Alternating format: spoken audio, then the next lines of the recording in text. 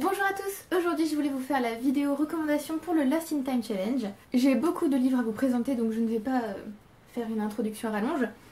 Je vais directement vous parler des livres je pense. C'est plus sûr pour vous et pour moi. Alors le premier menu s'appelle La nuit, tous les chats sont gris et le premier challenge ne le dit à personne. Pour lui il faut lire un livre avec un secret. Je vous ai trouvé plusieurs livres différents. Ce peut être un secret, alors pas forcément un thriller ou un policier. Ce peut simplement être un secret gardé depuis très longtemps et qui est révélé à un moment donné dans le livre. Par exemple dans The House at Riverton de Kate Morton, qui s'appelle Les Brumes de Riverton en français. On va suivre, je ne me souviens jamais son prénom, Grace.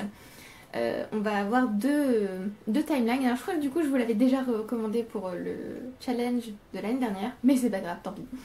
On va suivre deux timelines, on va suivre Grace quand elle est jeune et Grace quand elle est plus âgée, même quand elle est sur le point de mourir. Et en fait, elle va nous révéler un secret qu'elle a gardé toute sa vie. Voilà, un livre avec un secret. Là, on a du bon gros secret bien lourd, on va dire. Et c'est une fiction historique pour ne rien gâcher. On peut aussi opter pour le thriller ou le mystère. Alors, je vous en ai sélectionné... À l'origine, je n'en avais sélectionné qu'un, mais finalement, je me suis dit que j'allais vous parler de plusieurs thrillers différents. Je vous avais sélectionné qu'un seul thriller à l'origine, et puis finalement, je me suis dit que j'allais en sélectionner plusieurs, et je me dis que là, j'échoue. Donc on va enlever la belle veste dinosaure, tant pis. Donc je vous ai sélectionné Gone Girl, Les apparences de Gillian Flynn, qui est assez violent, qui comporte quelques trigger warnings, donc si jamais je pourrais vous les donner, mais alors il y en a un, c'est clairement un spoiler, donc voilà. Mais c'est un livre qui m'a un peu retourné, notamment le moment où on découvre le secret.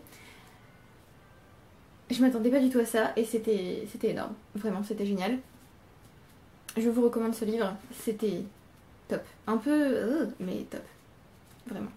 Et j'ai écrit j'ai écrit dans les marges, j'étais un peu énervée visiblement. Je vous en ai sélectionné d'autres, alors je vous ai mis les romans de Paula Hawkins que je n'ai toujours pas mais que je vais acheter un jour, j'en suis sûre. On a The Girl on the Train et Into the Water. Alors, je pense que je préfère Into the Water mais j'ai beaucoup aimé The Girl on the Train. Alors, le premier s'appelle donc La fille du train en français. C'est l'histoire d'une femme qui prend le train régulièrement et qui un jour voit quelque chose qu'elle n'aurait pas dû voir pendant son voyage en train. Et je ne vous en dirai pas plus, mais à nouveau en secret. Et Into the Water, c'est aussi... Alors c'est Au fond de l'eau, je crois, en français.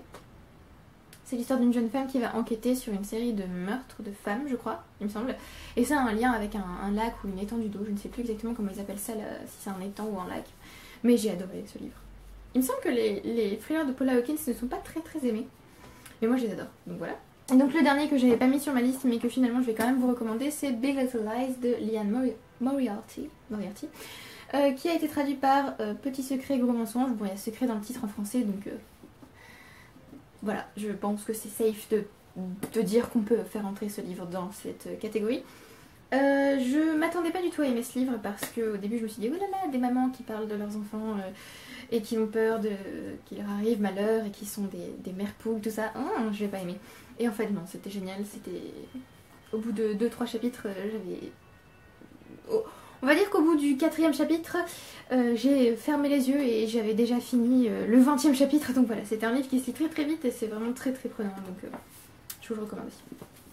Et je ne vous ai absolument rien dit de ce livre, mais sachez qu'il y a un meurtre et qu'en fait, au fil du livre, on a des espèces... l'interrogatoire de certains personnages et on se demande en fait qui est mort, qui l'a tué, qu'est-ce qui s'est passé, et enfin j'ai adoré. Et enfin, le dernier livre pour un livre avec un secret, je ne sais pas où il est, je pense qu'il est là quelque part. Alors celui-là, je vous le recommande parce que le mot secret est dans le titre, The Secret History, donc en français ça fonctionne moins bien puisque c'est le maître des illusions, mais voilà, vous pouvez aussi twister les prompts en prenant un titre avec secret dedans. Dans The Secret History, au tout début on assiste à un meurtre, on sait qui a tué qui a commis le meurtre. Et en fait la première partie va être le build-up on va dire jusqu'au meurtre et la deuxième partie les conséquences. Ce livre c'est un de mes préférés de tous les temps, je l'adore, il est juste merveilleux et voilà. Si vous ne l'avez pas encore lu, je ne peux que vous le recommander. Et il y a aussi une grosse partie, études classiques, littérature classique, voilà, ce livre est génial. Le deuxième challenge pour ce menu, c'est The Night is Dark and Full of Terrors. il faut lire un livre intimidant. Alors là, ça dépend de votre définition d'intimidant. Ce peut être un gros livre, par exemple Blonde de Joyce Carol Oates qui fait 1110 pages. On peut dire que c'est un livre intimidant par sa taille. C'est une biographie romancée de Marilyn Monroe qui était exceptionnelle. J'ai adoré. Et peut-être que je le relirai un jour en anglais. Mais c'était génial. Vraiment génial. Mais voilà. Effectivement intimidant. Ce peut être aussi intimidant parce que c'est un classique. Par exemple, Bleak House de Charles Dickens, qui est intimidant par la taille parce qu'il est assez gros. Il me semble qu'il fait 880 pages pile. Et en plus c'est un classique, donc forcément... Oh, merveilleux. Forcément intimidant. J'ai très envie de relire ce livre, mais j'ai peur de l'aimer un peu moins que la première fois. C'était juste merveilleux. C'est mon roman préféré. Je pense qu'il a détrôné Anna Karenine, donc voilà, mon roman préféré. Exceptionnel. Je vous le recommande. Je vous ai absolument pas dit de quoi ça parlait. C'est l'histoire d'une affaire, Jaundice and Jaundice. Et en fait, je sais même pas comment vous décrire ce livre. C'était juste génial. On suit Esther. Et d'ailleurs, il y a un secret aussi dans ce livre en fait. Il rentre aussi dans un livre avec un secret. Blonde aussi.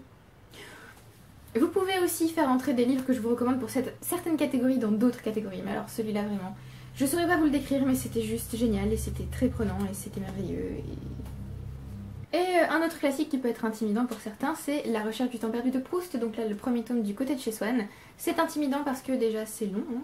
Je crois que ce livre fait 574 pages, donc effectivement c'est un petit peu long. Mais c'est merveilleux. C'est merveilleux. Et c'est aussi intimidant parce que Proust est souvent considéré comme un auteur qui écrit de longues phrases et qui n'est pas compréhensible. C'est faux. Il écrit certes de longues phrases, mais il est très compréhensible et c'est merveilleux et je vous le recommande. Et n'ayez pas peur de Proust. En fait, c'est un auteur qu'on qualifie souvent de... Enfin, ces romans sont des romans qu'on qualifie souvent de littérature élitiste, mais en fait, pas du tout. Enfin, je veux dire, une fois que vous les avez lus, vous vous dites oui, très bien, j'ai lu Proust. Rien à voir avec l'élitisme, j'ai adoré ce livre et pour autant, je ne dis pas qu'il n'y a que Proust qui compte dans la vie. Mais Proust est merveilleux, donc tentez. Faites-vous ce service, tentez de lire Proust un jour. Pourquoi pas maintenant du coup. Et le dernier challenge pour la nuit, tous les chats sont gris. I solemnly swear that I am up to no good. Il faut lire un personnage, bien sûr. Il faut lire un livre avec un personnage à la morale douteuse. Alors je pourrais vous recommander The Secret History du coup. Mais je peux aussi vous recommander Lolita de Vladimir Nabokov. Puisqu'on va suivre un homme, Humbert, qui me semble à 40 ans, quelque chose comme ça, et qui tombe amoureux d'une petite fille de 12 ans. Oui, voilà. Niveau morale douteuse, je pense qu'on se pose là.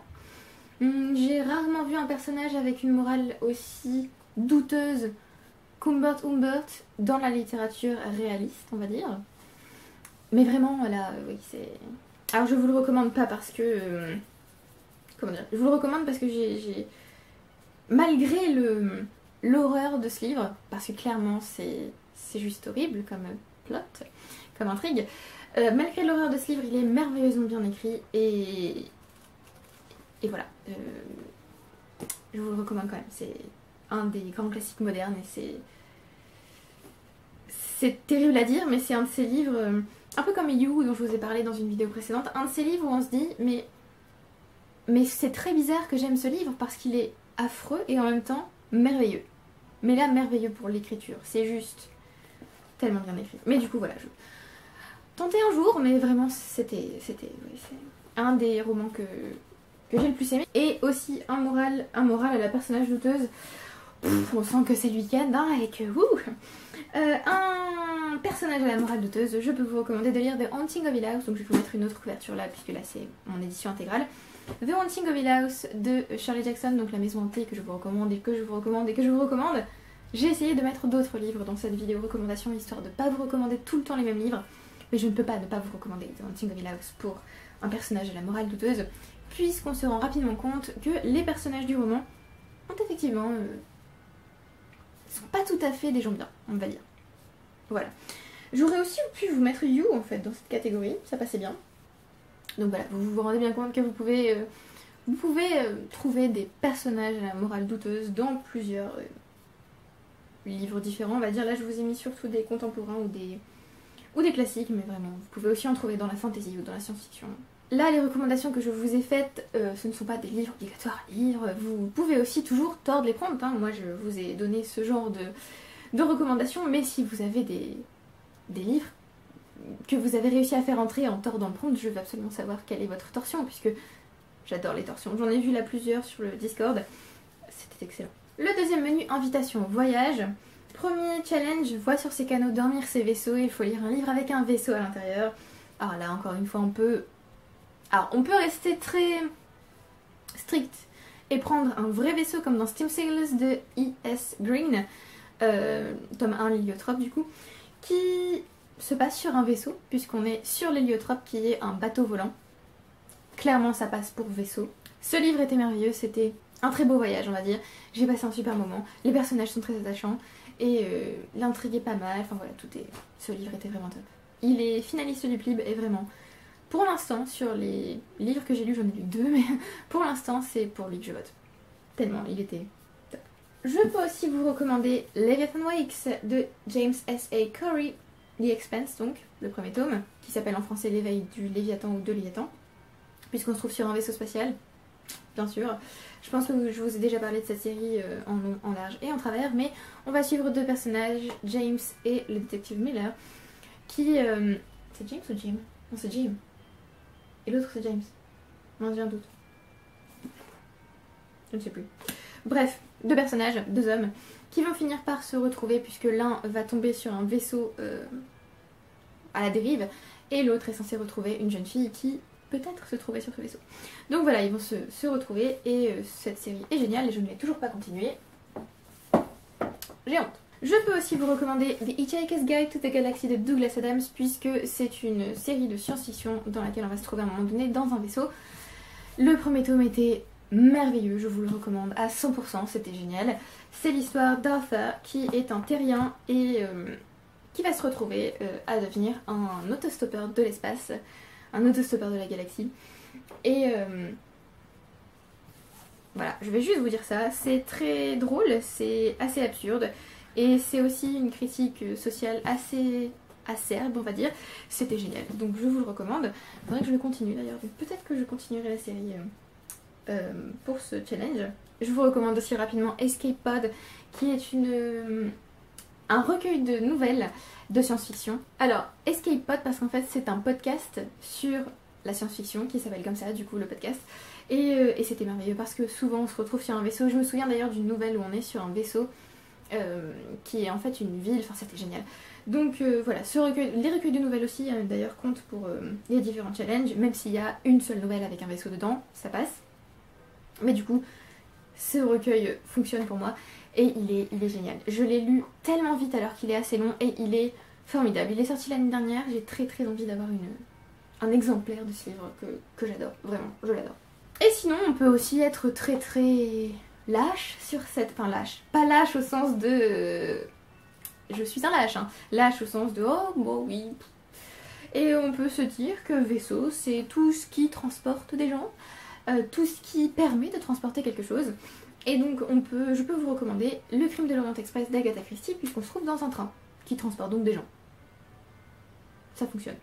C'est une enquête d'Hercule Poirot qui va prendre l'Orient Express. Il va y avoir un meurtre dans ce train qu'il va tenter de résoudre. C'est une de mes enquêtes préférées de Poirot. L'autre est...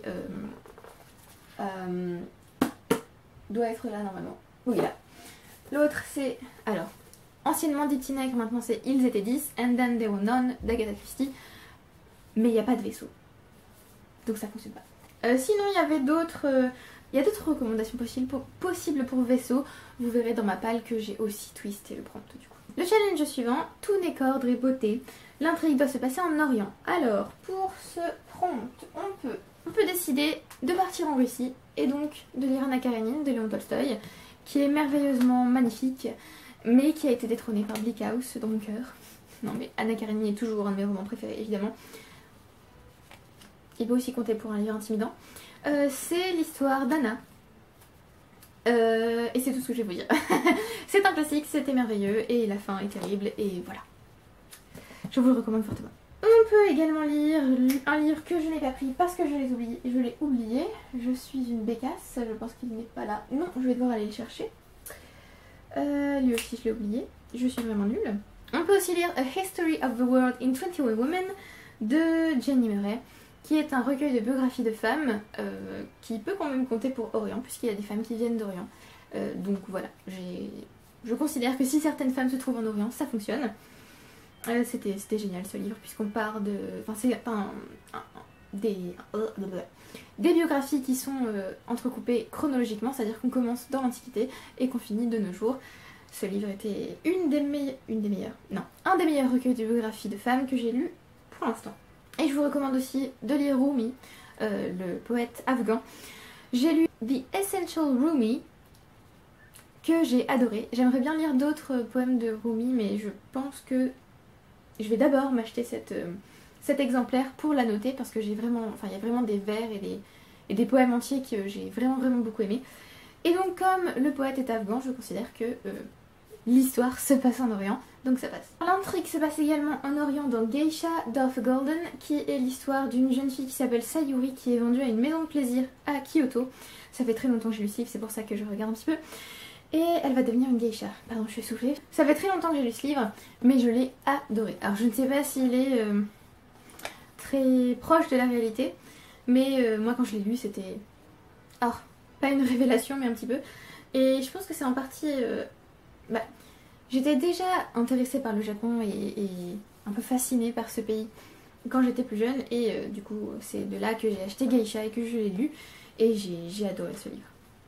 Faudrait peut-être que je le relise d'ailleurs. Je pense. Donc voilà, si vous avez envie de lire un livre qui se situe en Orient, Geisha se situe en Orient puisque l'histoire se passe au Japon. Et enfin, il y a également Reine d'Égypte qui est un manga, donc alors là c'est le tome 4, je vais vous mettre la couverture du tome 1.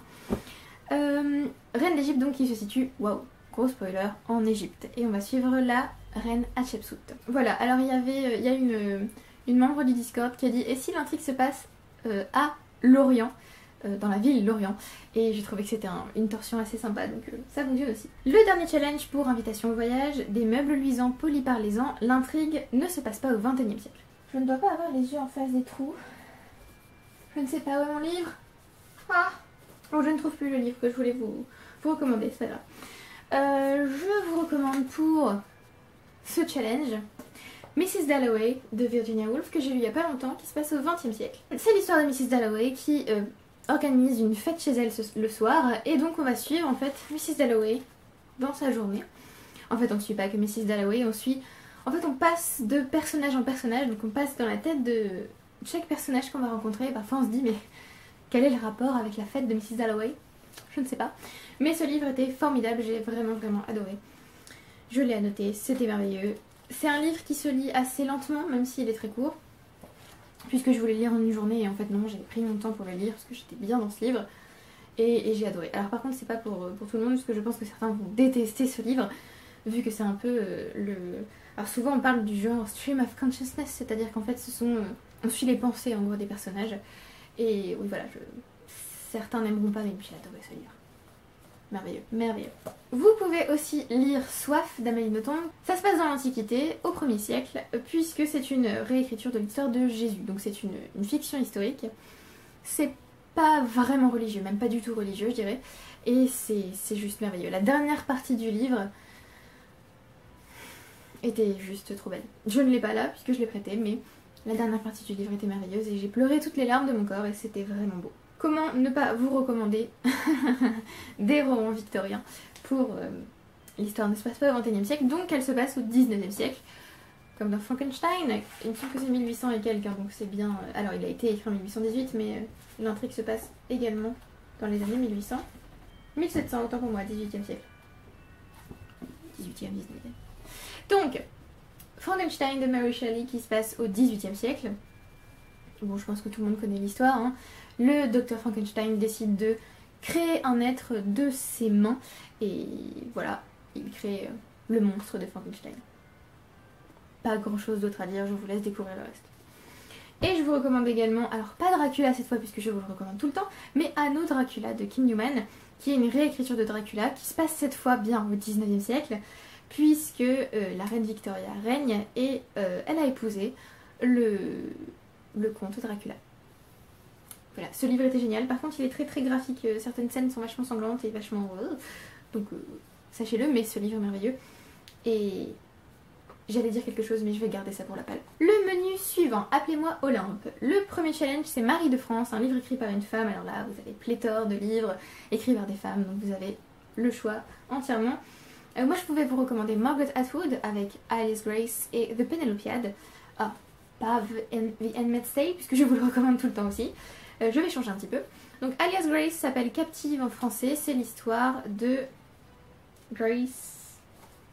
Mince, je me souviens plus. J'ai du mal avec les noms des personnages, je sais pas pourquoi. Bref, une jeune femme qui a été accusée d'avoir tué son employeur et la gouvernante qui travaillait dans la maison où elle était... où elle travaillait elle-même. Donc elle a tué 2 personnes, un homme et une femme, et le livre en fait est bien un roman, mais le fait vraiment, enfin c'est quelque chose qui est vraiment arrivé il me semble. Et le livre en fait va nous parler de cette femme. On va entrer dans, pas vraiment dans sa tête, mais en fait on va suivre un jeune homme qui veut comprendre en fait, qui veut savoir si elle l'a fait ou pas, si elle a vraiment tué ces gens ou pas. Et donc on voit Grace à travers les yeux de ce personnage, et ensuite la fin était waouh. J'ai beaucoup aimé ce livre, mais c'est assez confus dans ma tête, comme vous pouvez le constater. C'est, je crois, peut-être, enfin, je vais pas dire que c'est mon livre préféré de Margaret Atwood, parce que j'ai vraiment beaucoup aimé The Handmaid's Tale, mais pas loin derrière, quoi. Il était vraiment génial. J'ai très envie aussi d'avoir un exemplaire et de le relire du coup. Et je vous recommande également de Margaret Atwood The Penelopiad, donc l'Odyssée de Pénélope, qui donc est une réécriture de l'Odyssée, mais du point de vue de Pénélope. J'ai trouvé que c'était formidable. Voilà, je ne sais que vous dire de plus, c'était top. Et c'est minuscule aussi. Alors, Alias Grace c'est plus gros, puisqu'il doit faire à peu près 500 pages. Par contre, de Penelopiad, lui, il fait, je sais pas, 200 pages max. Donc, je vous recommande également, bien sûr, cette chère, cette formidable Joyce Carol Oates. Alors, n'importe quel de ses romans, mais cette fois pas Belle Fleur, mais Bloodmore Romance, dont je ne parle jamais, qui est une réécriture des 4 filles de Dr. March, et qui est formidable. Je l'ai adoré, c'était super. Alors, comme tous les romans de Joyce Carol Oates, il dénonce la misogynie, le racisme aux États-Unis. Donc il y a parfois des moments où j'ai écrit en énorme dans mon livre sexisme, misogyne, en majuscule, très énervé. Mais c'était génial, j'ai adoré ce livre. C'était formidable, donc je vous le recommande vu que je n'en parle jamais. Et il y a toujours des éléments un peu fantastiques, fantasy. Je pense pas qu'on puisse parler de réalisme magique, mais c'était formidable. Et donc on suit une famille américaine, surtout les 4 filles. Et j'ai adoré ce roman. Voilà, mais aussi attention en Phil Bailey, hein, il fait 700... à peu près la même taille que Belle Fleur.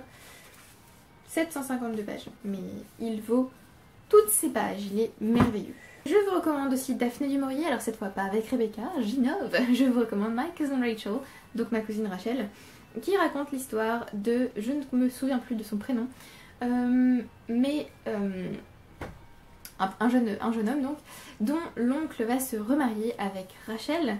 Alors l'oncle et le cousin et le parrain, enfin je sais pas, je crois que c'est... Non, c'est pas son oncle, c'est son cousin effectivement, mais il a aussi un rôle de parrain, enfin voilà, bref. Il se remarie avec une femme qui s'appelle Rachel, et on va... Comment dire? Je vais pas vous en dire beaucoup, mais on va découvrir Rachel à travers les yeux de ce personnage masculin. Et puisque tout le livre est écrit en première personne avec le regard de ce personnage, et je trouve que ce livre est excellent. Alors j'ai moins aimé que Rebecca, mais on trouve pas le même chemin, mais un peu, puisque Rebecca est aussi écrite en première personne et on a aussi que la vision de cette narratrice. Mais voilà, c'était génial, donc je vous recommande. Lisez Daphné du Maurier, lisez-la.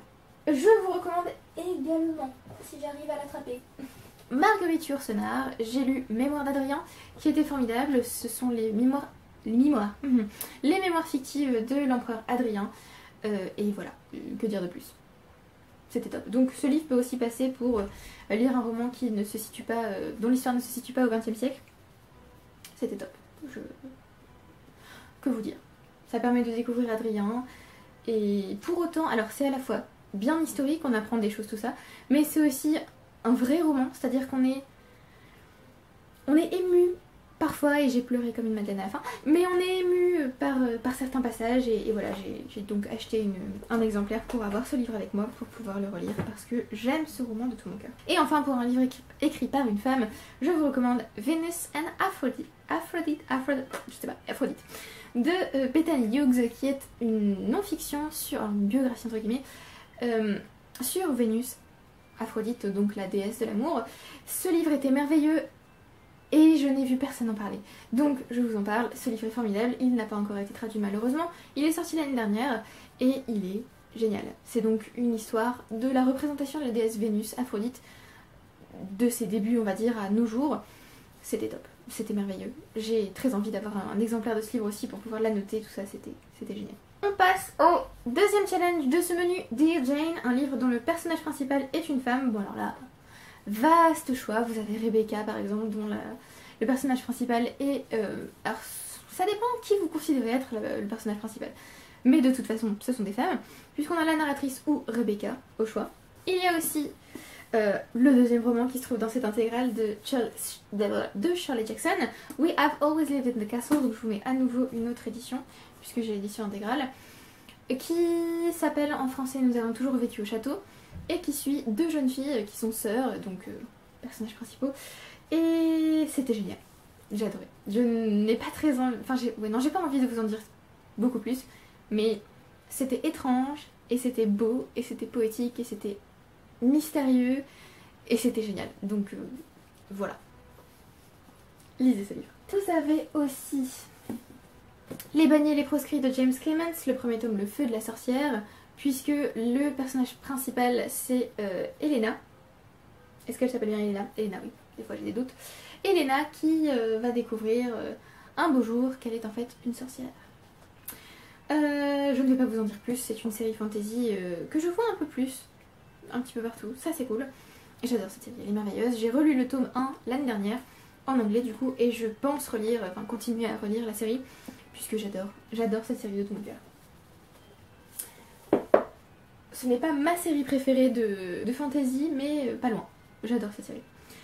Et pour... je pense qu'on peut tordre le prompt à nouveau pour un livre dont le personnage principal est une femme. J'ai trouvé que le nom Dear Jane était intéressant, puisque ça peut être Dear Jane Eyre, par exemple, qui est un personnage féminin, mais aussi Dear Jane Austen, puisqu'on peut aussi lire des biographies de femmes. Par exemple, Manderley Forever, qui est la biographie de Daphné du Maurier. Il y a aussi Romantic Outlaws, qui est celle de Mary Wollstonecraft et de Mary Shelley. Et aussi celle d'Angela Carter, qui s'appelle The Invention of Angela Carter. Mais il y en a beaucoup d'autres, puisque là, il y en a deux qui ne sont pas encore traduites. Ces deux-là, puisque ces autrices ne sont pas assez connues visiblement pour que leur biographie soit traduite. Mais vous en avez beaucoup d'autres. Vous avez Histoire du soir pour jeunes filles rebelles. Vous avez A History of the World in 21 Women. Vous avez Ni vu ni connu. Enfin, vous en avez tout un tas. Et donc voilà. Lisez des biographies de femmes, c'est important. Allez-y. Et enfin, le dernier challenge de ce menu, La femme demeure égale à l'homme en droit. Il faut lire un livre féministe, alors là, attention, je me prépare. Vous avez Invisible Woman, Exposing Data Bias in a World Designed for Men, de Caroline Criado Pérez, qui s'appelle en français Femme invisible. Et il y a un sous-titre qui ne me revient pas à l'esprit là. C'est un essai, donc c'est une non-fiction, sur la façon dont le monde est en fait créé pour les hommes et pas pour les femmes, et tout un tas de choses qui sont en fait très dangereuses pour les femmes ou qui sont gênantes pour les femmes parce que le monde n'est pas fait pour elles. Ce livre est très très agaçant, très très énervant et très très triste, puisque c'est terrible de lire certaines choses. Alors attention, il y a aussi une description de viol là-dedans. C'était... voilà, il y en a une, mais elle est bien bien choquante et bien... voilà. Ce livre était génial, je ne peux que le recommander à tout le monde. C'était... Je pense que on devrait savoir ce genre de choses. Donc c'est... Même si ce livre est triste, énervant, agaçant et que c'est tellement... Comment dire? On ressent tant d'indignation à se rendre compte qu'en fait le monde n'est pas fait pour nous que voilà, mais c'est quand même important de le savoir. Donc ce livre est merveilleux, lisez-le. On a aussi le mythe de la virilité d'Olivia Gazali. Alors là je me souviens du sous-titre, c'est il me semble Un piège pour les deux sexes. Ce livre est aussi merveilleux, je n'ai toujours pas d'exemplaire, mais un jour, puisqu'il va nous parler de la virilité comme d'un mythe. C'est-à-dire que c'est quelque chose qu'on a inventé pour que les hommes s'y conforment et pour que les femmes restent à leur rang de femmes, inférieures aux hommes, et qu'elles admirent la virilité et tout ça. Voilà. C'était un livre merveilleux que j'ai très envie de relire et d'annoter, puisque je me souviens la première fois que j'ai lu, j'ai pris des notes intensives dans un carnet. Je ne sais plus lequel, il faudrait que je le retrouve. Mais ce livre était... On va dire que c'est l'un des premiers livres qui m'a vraiment ouvert les yeux sur la virilité, le féminisme, ce qu'était vraiment le féminisme, puisque là c'est pas une question de les femmes... c'est pas seulement une question de les femmes sont les égales des hommes, c'est aussi une question de les hommes qui ne sont pas forcément virils, sont quand même des hommes, et sont quand même égaux aux hommes qui eux sont virils. Enfin je veux dire, c'était clairement du féminisme, c'était clairement l'égalité des deux sexes, c'était top.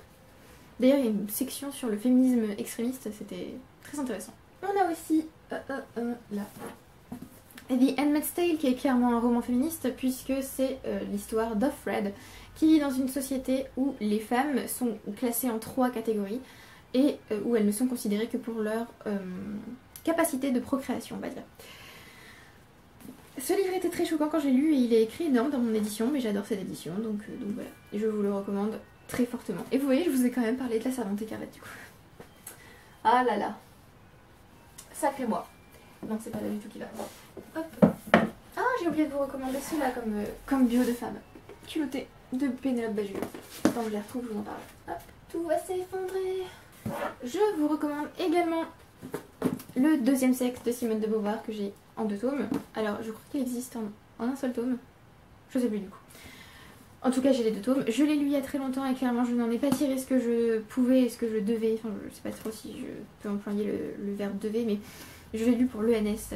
Et clairement, j'étais pas en mode j'apprends des choses, j'étais plus en mode il faut absolument que je lise ce livre. Parce que si jamais j'arrive aux euros de l'ENS sans l'avoir lu, je suis mal barrée, on va dire.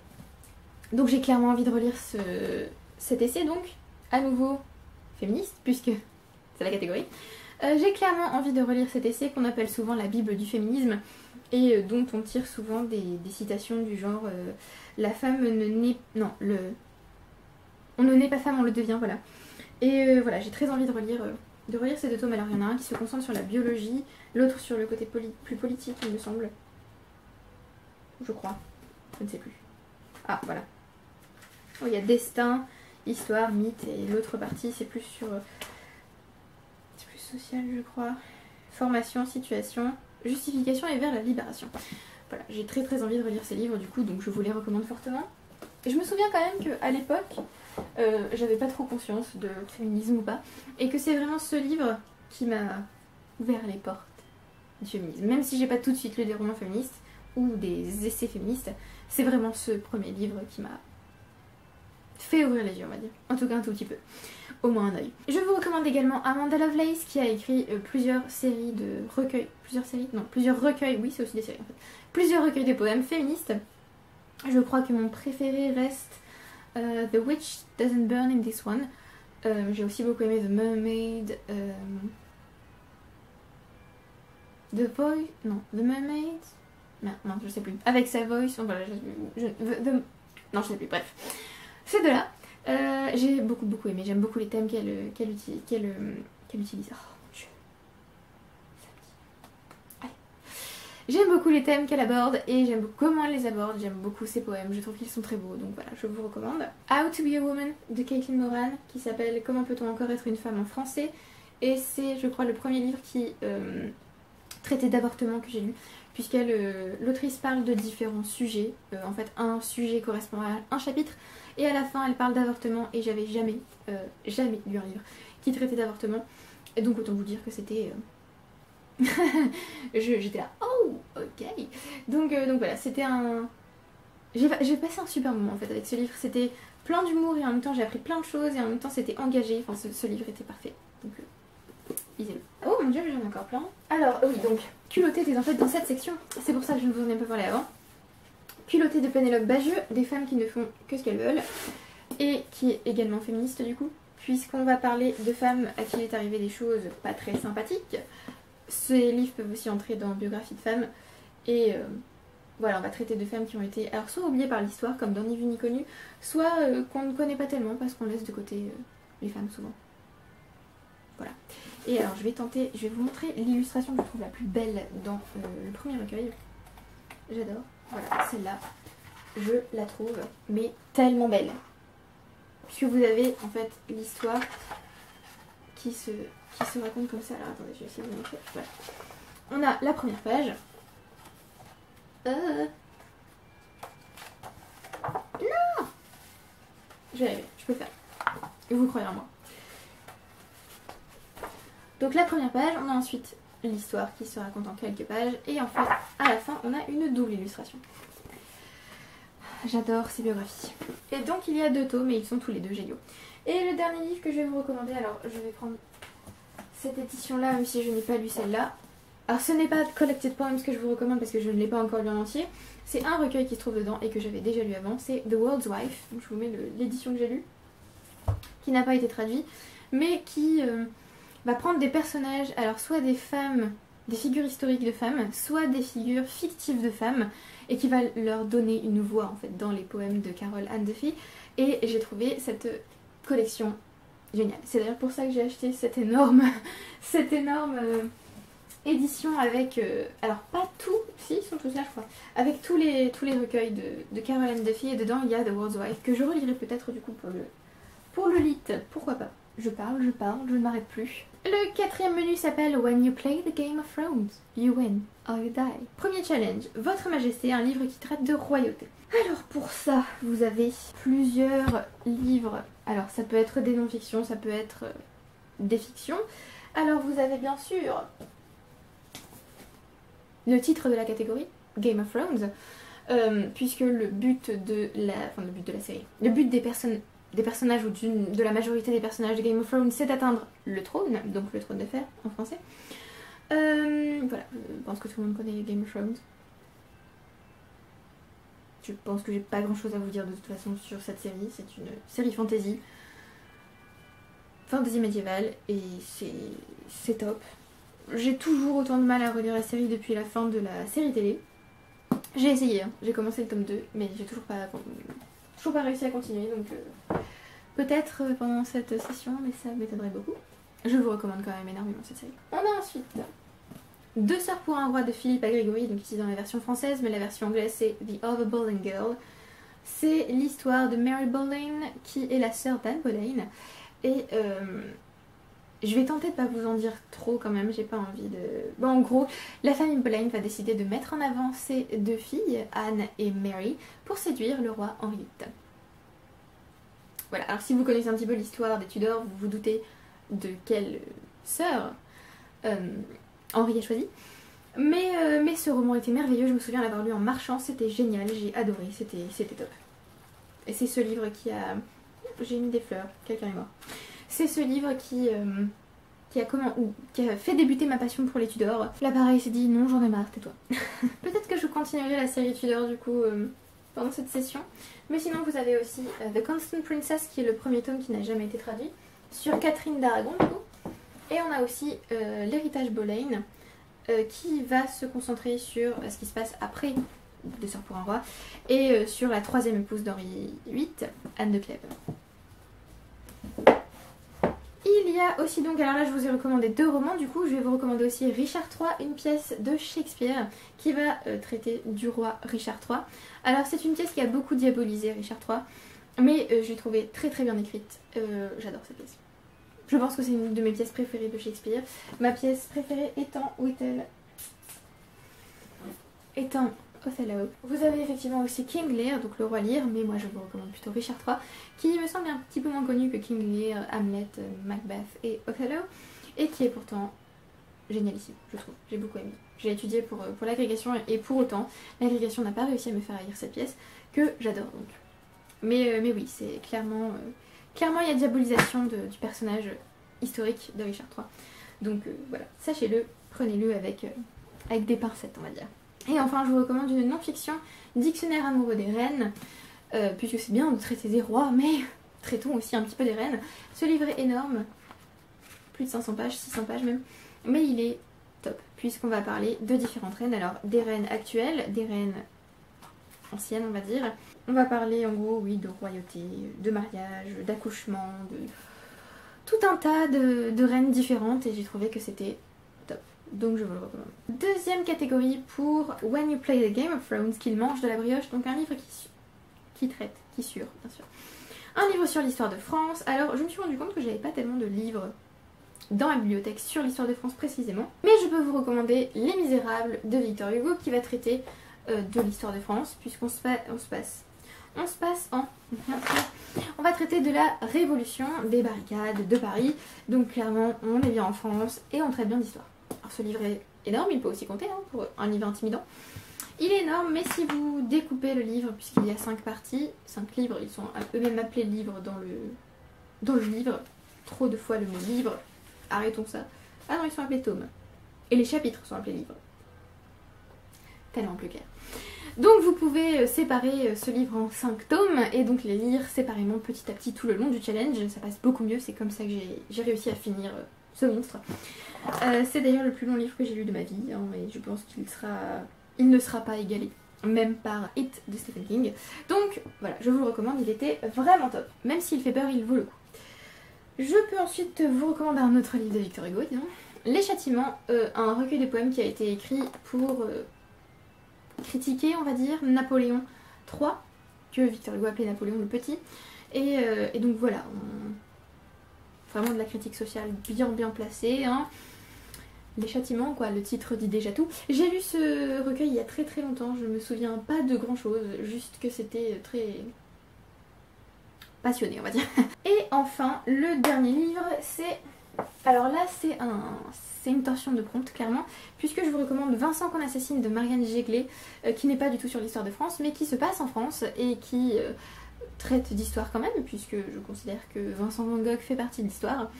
Et c'est l'histoire de la fin de la vie de Vincent Van Gogh qui est mort en France justement. Oui donc là voilà clairement c'est une torsion.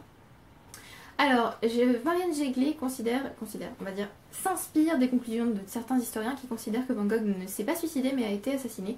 Ce livre est merveilleux, il m'a fait pleurer, mais il était très beau et je vous le recommande de tout mon cœur. Et la dernière catégorie pour le menu When You Play the Game of Thrones, c'est L'Aurore aux doigts de rose. J'ai fait une faute dans mes recommandations, seigneur. Un livre qui traite de l'Antiquité. Alors, je vous recommande donc Cicéron de Robert Harris, qui est une trilogie. J'allais dire une trilogie en 3 tomes, bien sûr, une trilogie biographique de Cicéron. Alors ce sont des romans mais c'est quand même assez proche des faits historiques visiblement.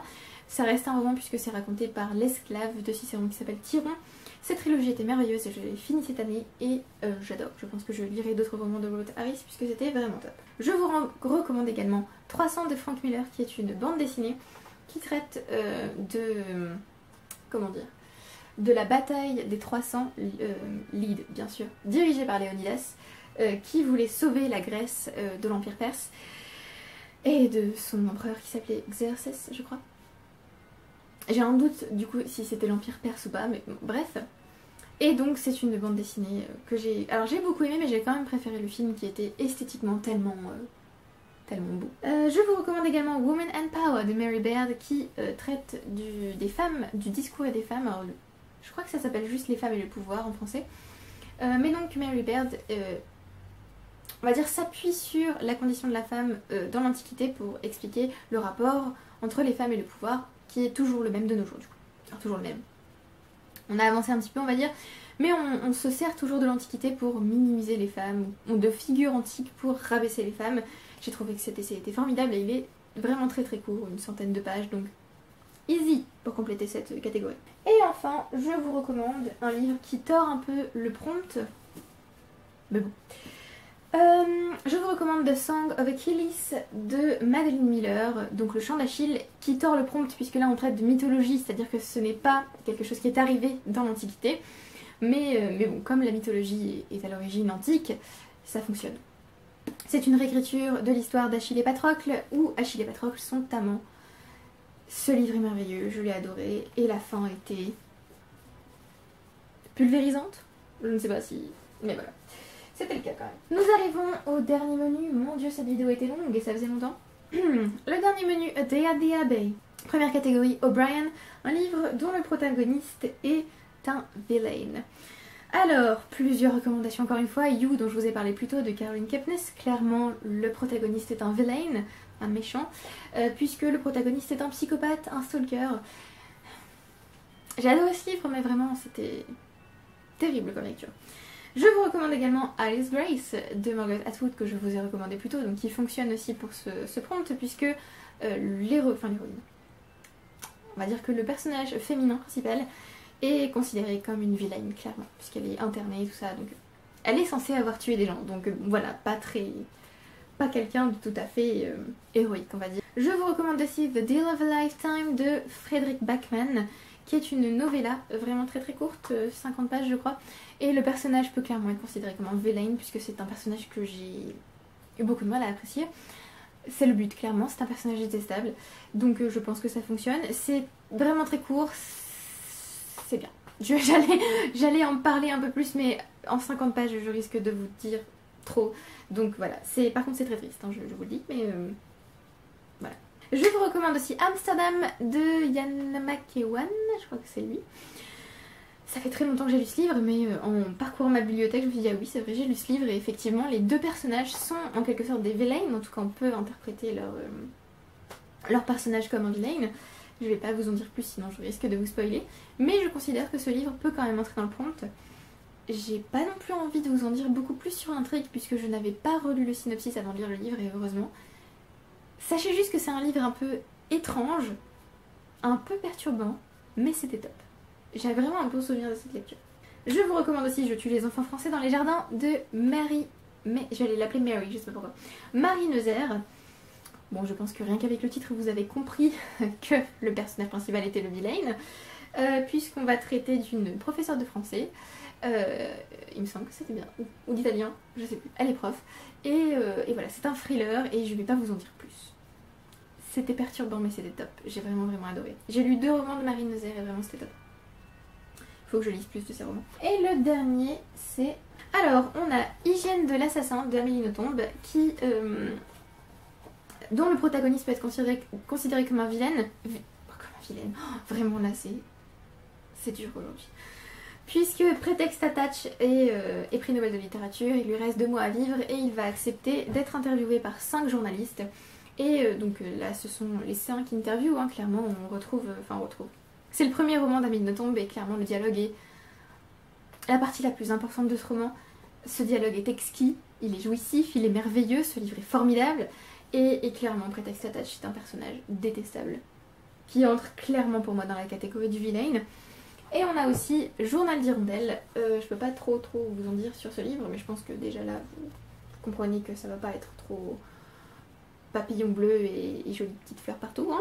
C'est assez sombre comme livre et clairement le personnage principal rentre aussi dans la catégorie du vilain. La deuxième catégorie pour Day at the Abbey, Tom Branson, un livre où les personnages viennent de classes sociales différentes. Alors je pense qu'on peut aussi classer You dans ce livre, puisque certains personnages sont de classes très différentes. Pas mal de livres peuvent être rangés dans cette catégorie. Big Little Lies peut être rangé dans cette catégorie.